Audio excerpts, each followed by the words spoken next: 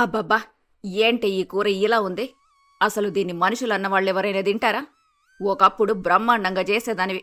ఇప్పుడేంటే ఇలా వండుతున్నావు? ఏమైంది నీకసలు?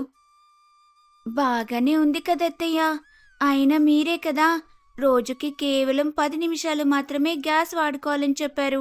అలా 10 నిమిషాలు వాడుకున్న గ్యాస్తో తయారు చేసిన వంట ఇది. ఇంతకంటే మంచిగా వండటం నా వల్ల కాదు. ఇదొకటుంది గదా! దీని గురించే మర్చిపోయాను. ఈ గ్యాస్ గొడవదేలేంతవరకు ఇలా ఈ పిచ్చి వంటలు తినాల్సిందేనన్నమాట. సరేలే, వెళ్ళి ఆవకాయ తీసుకొనిరా. కాస్త ఆవకాయ కలుపుకొనైనా హాయిగా తింటాను. అలా సూరమ్మ చెప్పడంతో రోజా వంటగదిలోకి వెళ్తుంది. జాడి మొత్తం వెతుకుతుంది. ఇంకెక్కడ ఆవకాయ అత్తయ్య? అది ఎప్పుడో అయిపోయింది. ఏంటి? ఆవకాయ అయిపోయిందా? ఎవరు తిన్నారే అంత త్వరగా? ఇది మరీ బాగుందత్తయ్య. ఎవరో తినటమేంటి? అయినా అప్పుడే అయిపోతుందా అని అంటున్నారు. అసలు మనం ఆవకాయ ఎప్పుడు పెట్టాం? పోయిన సంవత్సరం ఉగాది సమయంలో పెట్టాం. మొన్ననే మరొక ఉగాది కూడా వచ్చి వెళ్ళింది. అప్పుడే అయిపోయిందట. అప్పుడే అయిపోయింది. ఏం మాట్లాడుతున్నారు అత్తయ్య అసలు? అవును గదా! దాదాపు సంవత్సరం గడిచిపోయింది. ఇంకా ఆవకాయ ఎలా ఉంటుంది చెప్పు? ఈ గ్యాస్ కష్టాల్లో ఆవకాయ లాంటి పచ్చళ్ళుండటం ఎంత అవసరం అనిపిస్తుంది. అవునత్తయ్య, మీరు చెబుతుంది నిజమే.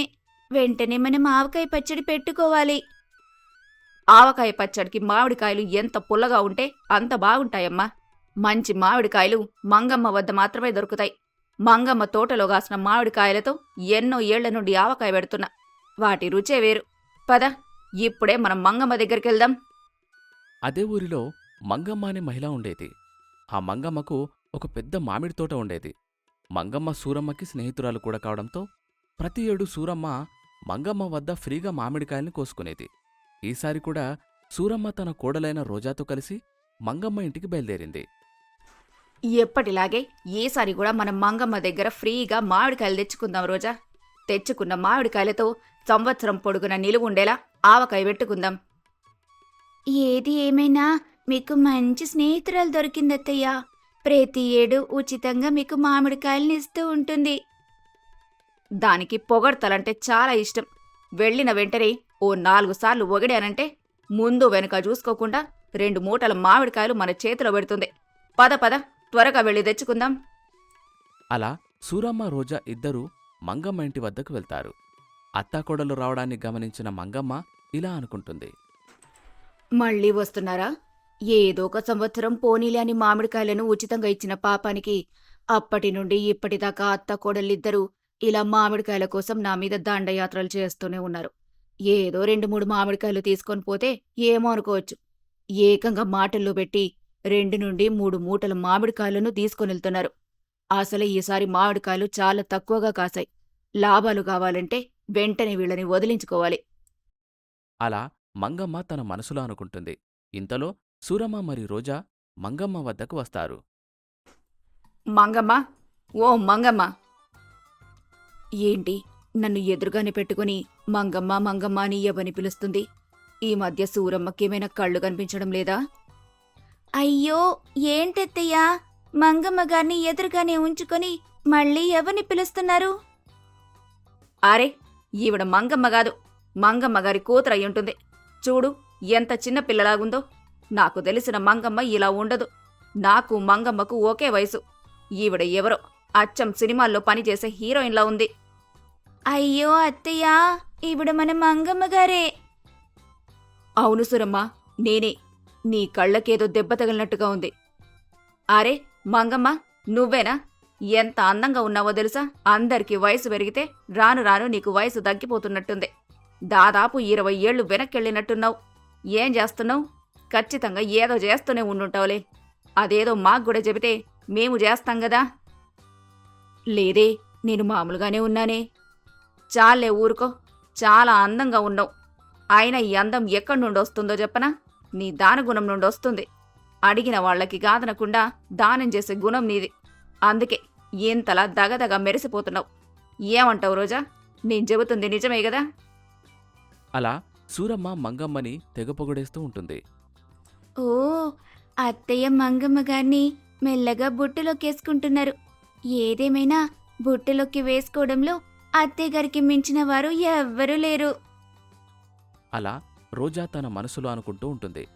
మరోవైపు సూరమ్మ ఏమో మంగమ్మని తెగ పొగడేస్తూ ఉంటుంది.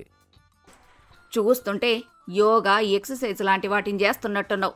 మంచి ఆహారం కూడా తీసుకుంటున్నట్టున్నావు కదా. నీలా నేను అస్సలు ఉండలేను మంగమ్మ. నాకైతే పచ్చళ్ళు లేందే ముద్ద కూడా దిగదు. పచ్చళ్ళంటే గుర్తుకొచ్చింది, మా ఇంట్లో కూడా ఆవకాయ అయిపోయి వచ్చింది. మేము కూడా ఆవకాయ పెట్టుకోవాలనుకుంటున్నాం. మార్కెట్కి వెళ్ళి మంచి మామిడికాయలు తెచ్చుకోవాలి. అరే నా మతిమరుపు మండా, నువ్వుండగా మార్కెట్కి వెళ్ళడం ఎందుకు చెప్పు? నువ్వు నా ప్రాణ స్నేహితురాలివే. నా కోసమో 4 మూటల మామిడికాయలు ఇవ్వలేవా? హా, ఇచ్చేస్తావులే. ఇదిగో రోజా, వెళ్ళి 4 మూటలు తీసుకొని రాపో. ఎక్కడికి వెళ్ళేది? 4 మూటలు లేదు, 2 మూటలు లేదు. చూడు సురమ్మ, ఈసారి చాలా తక్కువ కాయలు కాశాయి.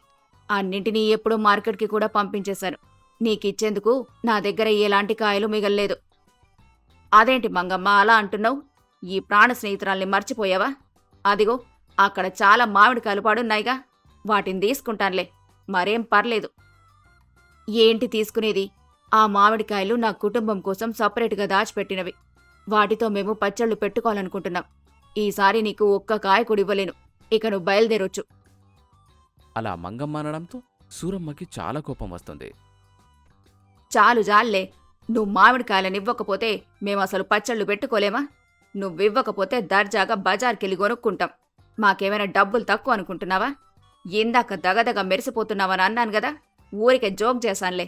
చూడ్డానికి చాలా వికారంగా ఉన్నావు నువ్వు. ఉన్న దృష్టంతా మామిడి పళ్ళ మీద పెట్టడం కాదు, ఒకసారి నీ పళ్ళ మీద కూడా దృష్టి పెట్టు. అసలు నీ పళ్ళు చూసుకున్నావా ఎలా పాచిపోయున్నాయో? అంతేకాదు, ఎప్పుడో అమావాస్య పౌర్ణమికి స్నానం చేయడం కాకుండా ప్రతిరోజు స్నానం చేశావంటే కాస్త శుభ్రంగా కూడా ఉంటావులే.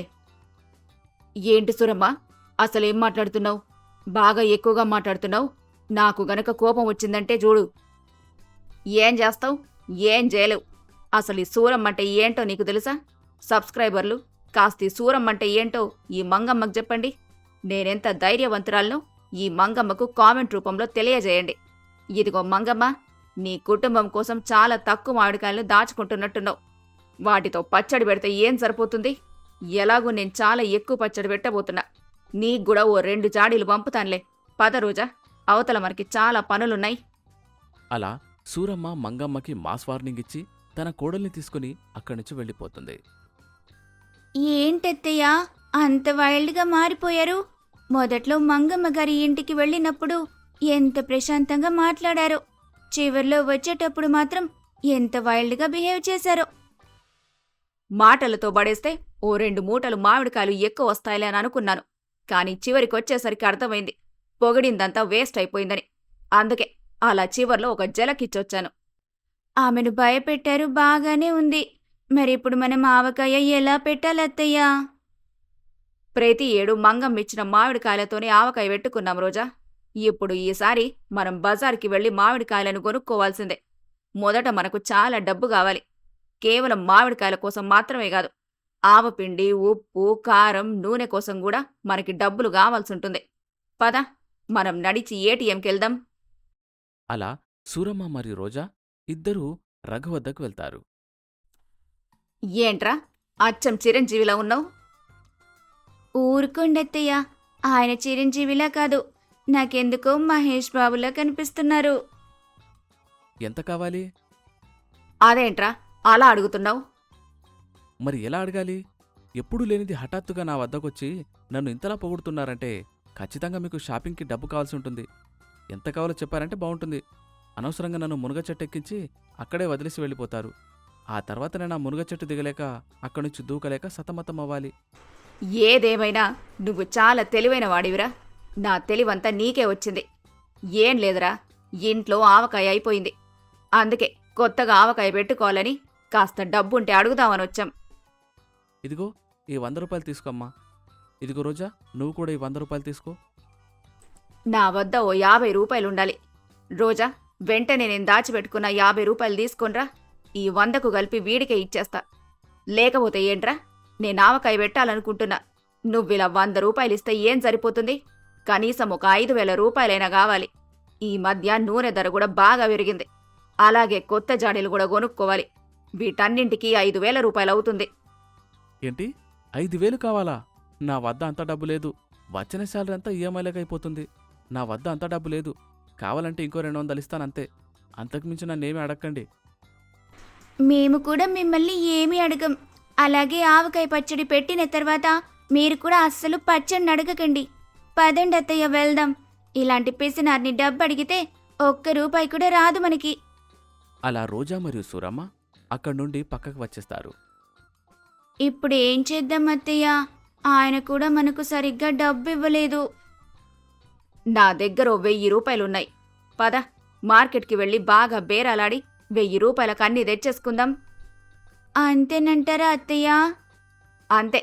పద, త్వరగా మార్కెట్కి వెళ్దాం. అలా సూరమ్మ మరియు రోజా ఇద్దరూ మార్కెట్కి వెళ్తారు.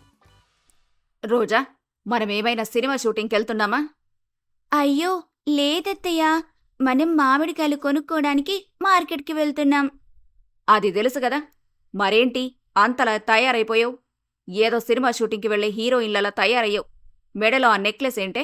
ఆ హెయిర్ స్టైల్ ఏంటి? ఏదో పెద్దింటి కోడల్లా ఉన్నావు. అయ్యో అత్తయ్య, నేను పెద్దింటి కోడల్నే కదా.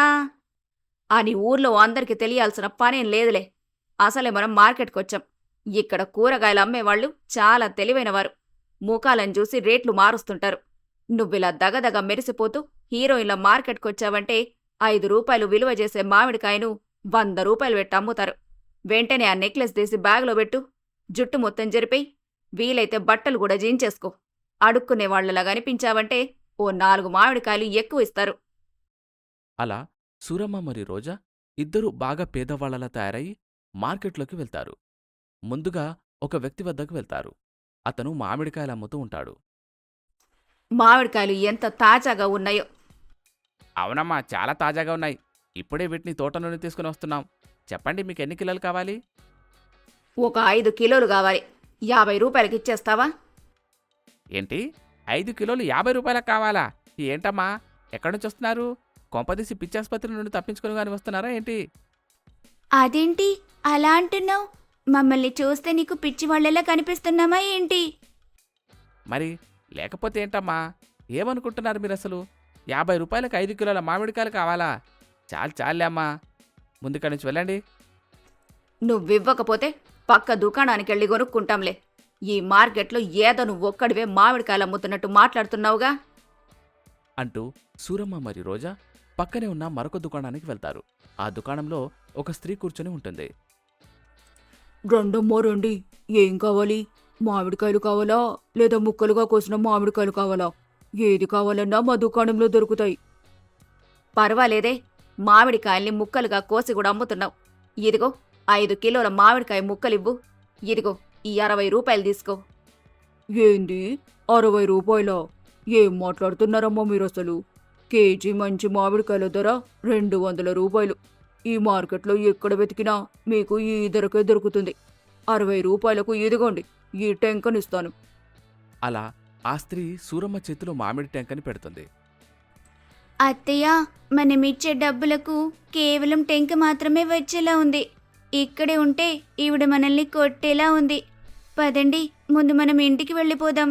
ఆ తర్వాత ఏం చేయాలో ఆలోచిద్దాం. రోజా మరియు సూరమ్మ ఇద్దరూ ఇంటికి వెళ్ళిపోతారు. దీర్ఘంగా ఆలోచించిన తర్వాత సూరమ్మ ఇలా అంటుంది. మన దగ్గరున్న డబ్బుతో ఏడాదికి సరిపడే ఆవకాయని మనం పెట్టుకోలేం రోజా. అవునత్తయ్య, మీరు చెప్పిందైతే నిజమే. మన దగ్గరున్న ఈ చిల్లరతో సంవత్సరానికి సరిపోయేలాగా పచ్చడి ఏం పెట్టగలని చెప్పండి.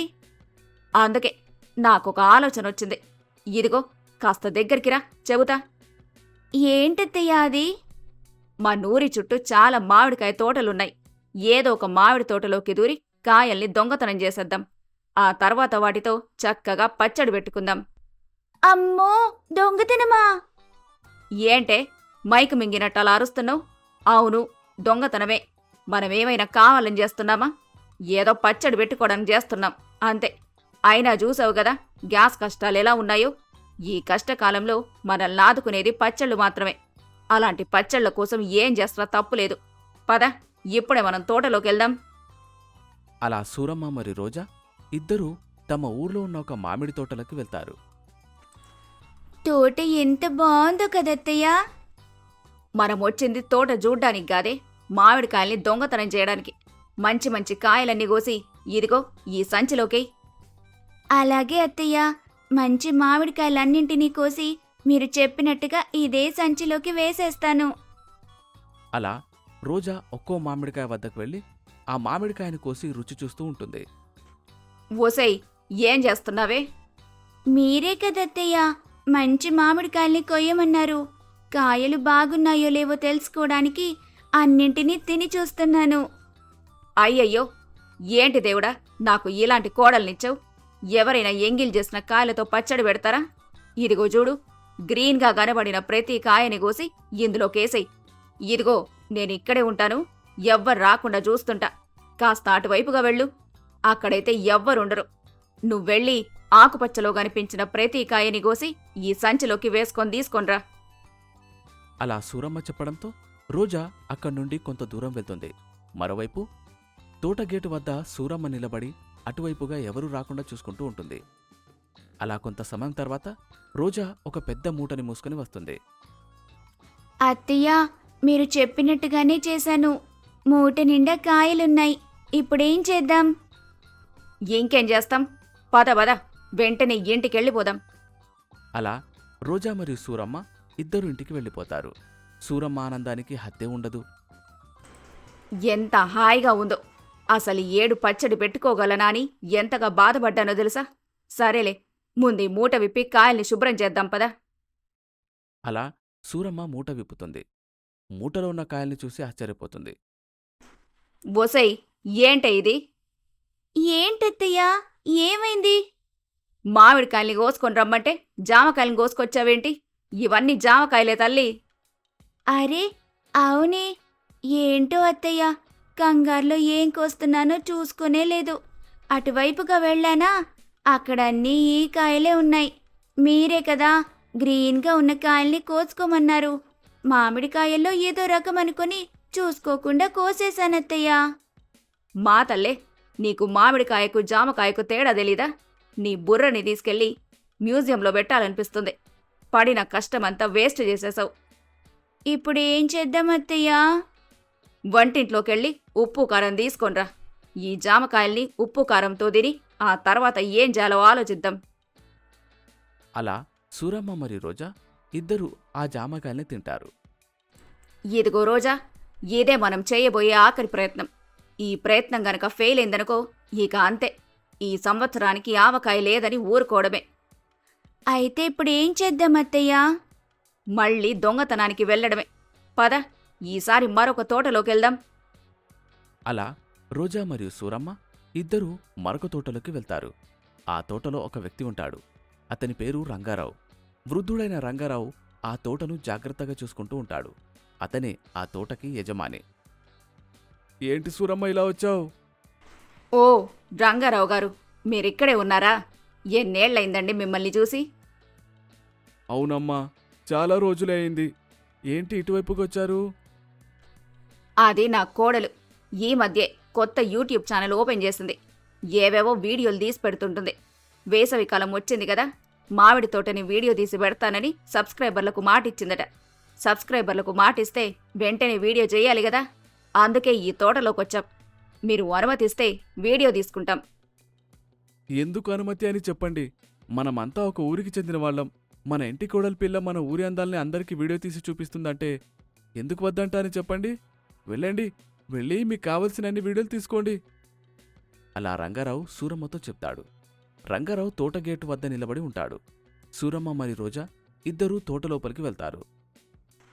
అమ్మయ్య, ఆ ముసలోడు మనల్ని బాగా నమ్మాడే. ఇదిగో ఈ మామిడికాయలన్నింటినీ కోసి ఈ సంచిలో కేసుకుందాం. ఈ సంచిని పక్కనే ఉన్న శ్మశానంలో పెడదాం. ఆ తర్వాత ఇంటికెళ్ళిపోదాం. రాత్రికి ఎవ్వర్లేని సమయంలో శ్మశానం దగ్గరకొచ్చి మనం దొంగతనం చేసిన మామిడికాయల మూటలను ఇంటికి తీసుకుని వెళ్దాం. వావ్, సూపర్ ఐడియా అత్తయ్య. పదండి, వెంటనే మీ ఐడియాని అమలు చేసేద్దాం. అలా రోజా మరియు సూరమ్మ ఇద్దరూ మామిడికాయల్ని కోసుకొని మూటలో వేసుకుంటూ ఉంటారు. మధ్య మధ్యలో సూరమ్మ రంగారావుని గమనిస్తూ ఉంటుంది. వృద్ధుడైన రంగారావు కుర్చీలో కూర్చొని నిద్రపోతూ ఉంటాడు. ఇంతలో హఠాత్తుగా అతని వద్దకు పాము వస్తుంది. పాముని చూసిన సూరమ్మ భయపడిపోతుంది. అమ్మో పాము! రంగారావు గారు, ఓ రంగారావు గారు! అయ్యో అత్తయ్య, ఆయనకు వినిపించేటట్టు లేదు. వెంటనే వెళ్ళి మనం ఆయన్ని కాపాడాలి. రోజా మరియు సూరమ్మ ఇద్దరు పరిగెత్తుకుంటూ రంగారావు వద్దకు వెళ్తారు. రంగారావుకి హఠాత్తుగా మెలకువ వస్తుంది. తన కాళ్ల వద్ద ఉన్న పామును చూసి భయపడిపోయి రాయిలా ఉండిపోతాడు.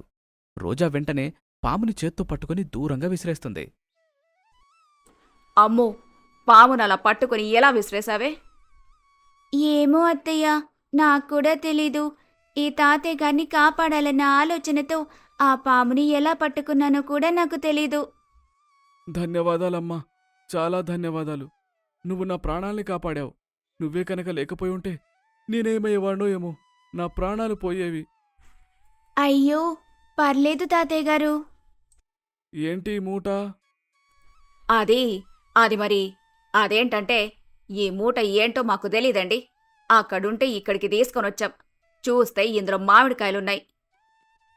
ఏంటి, మామిడికాయలున్నాయా? పనివాళ్ళు మామిడికాయల్ని కోసి మార్కెట్కి పంపకుండా ఇక్కడే పెట్టేసినట్టున్నారు. ఇలాగో వేసవికాలం వస్తుంది. ఆవకాయ పెట్టుకునే అలవాటు మీకు కూడా ఉండి ఉంటుంది కదా. ఇదిగోండి, ఈ మూట మామిడికాయల్ని మీరే తీసుకుని వెళ్ళండి. ఒకవేళ సరిపోకపోతే నన్ను అడగండి. మరో 2 మూటల మామిడికాయలు మీకు ఇచ్చేస్తాను. అలా వృద్ధుడైన రంగారావు సూరమ్మతో చెప్తాడు. సూరమ్మకి ఎంతో ఆనందం కలుగుతుంది. రోజా కూడా ఆనందపడుతుంది. అలా సూరమ్మ మరి రోజా ఇద్దరూ ఆ మామిడికాయల మూటని మోసుకుని ఇంటికి వెళ్తారు. దొంగతనం చేయాలి అనుకున్న మామిడికాయలు ఉచితంగా లభించడంతో వారి ఆనందానికి హద్దే ఉండదు. అలా సూరమ్మకి చివరికి తన మామిడికాయలు దొరుకుతాయి. ఆ మామిడికాయలతో అత్తాకోడళ్ళిద్దరూ చక్కటి ఆవకాయ పచ్చడి పెట్టుకుంటారు. ఇంతకి మీరు ఆవకాయ పచ్చడి పెట్టారా? మీరు కూడా కాయల కోసం వెతుకుతున్నారా? మీ పచ్చడి కథ ఎక్కడి దాకొచ్చిందో మాకు కామెంట్ ద్వారా తెలియజేయండి.